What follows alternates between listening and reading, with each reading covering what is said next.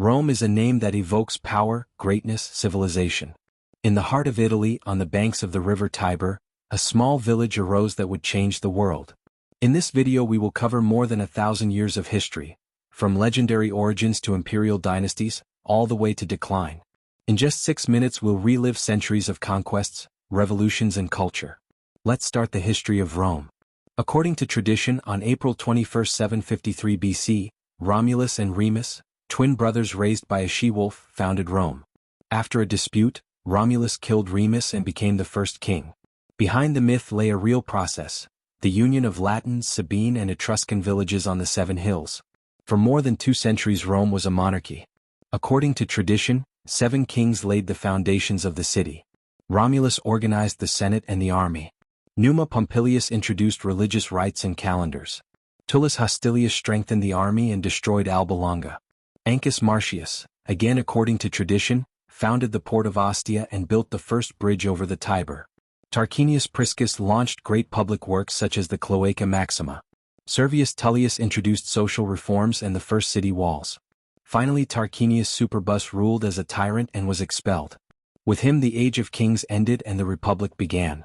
In 509 BC, Rome established the Republic. 2 consuls elected every year, a powerful Senate, magistracies and popular assemblies. For the time it was a political experiment without precedent. But freedom was reserved for a few. Patricians and plebeians clashed for centuries. The laws of the 12 tables, the creation of the tribunes of the plebs and other concessions, were decisive steps in the struggle for rights. While its institutions consolidated, Rome gradually expanded its dominions. Through wars, alliances and colonies it subdued first the neighboring peoples, then the entire Italian peninsula. Military roads such as the Appian Way linked cities and frontiers. Roman citizenship was granted progressively, culminating with the social war in the 1st century BC. Rome was becoming a Mediterranean power. Between 264 and 146 BC Rome fought 3 Punic Wars against Carthage, its great rival in the Mediterranean. In the First Punic War from 264 to 241 BC, Rome, which had no naval tradition, built a fleet, won at sea and conquered Sicily, its first province, followed by Sardinia and Corsica. In the Second Punic War from 218 to 201 BC, the Carthaginian general Hannibal crossed the Alps with his elephants and inflicted severe defeats on the Romans, such as at Cannae in 216 BC. But Rome resisted, counterattacked in Spain and, under Scipio Africanus, defeated Hannibal at Zama in 202 BC. Finally, in the Third Punic War from 149 to 146 BC, Rome besieged and destroyed Carthage, which was razed to the ground and turned into a province. After these wars Rome became the dominant power of the Mediterranean. If you're enjoying this journey through Rome's history and want to discover more, don't forget to subscribe to the channel and hit the bell icon so you won't miss the next episodes. The wealth of conquest enriched a few and impoverished many. The Gracchus brothers attempted agrarian reforms and were killed. Ambitious generals like Marius and Sulla turned armies into personal instruments. In this context emerged Julius Caesar. He conquered Gaul, crossed the Rubicon in 49 BC pronouncing the famous Alia iacta est, the die is cast, and became dictator for life. But his concentration of power alarmed the Senate, which stabbed him to death on the Ides of March 44 BC. His heir Octavian defeated Mark Antony and Cleopatra and ended the civil wars.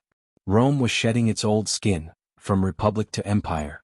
In 27 BC Octavian took the title of Augustus, the first emperor. He preserved republican forms but held real power. The Principate was born. With him began the Pax Romana, 2 centuries of peace and prosperity. After Augustus came Tiberius, who consolidated the frontiers, Caligula, notorious for extravagance and excesses, Claudius, who conquered Britain and reformed the administration, and Nero, during whose reign Rome was struck by a great fire that ancient sources attributed to him, although his responsibility is disputed. This first imperial dynasty marked the stabilization of the new system. After the chaos of 68 AD Vespasian rose to power, founder of the Flavian dynasty. He launched major public works including the Colosseum.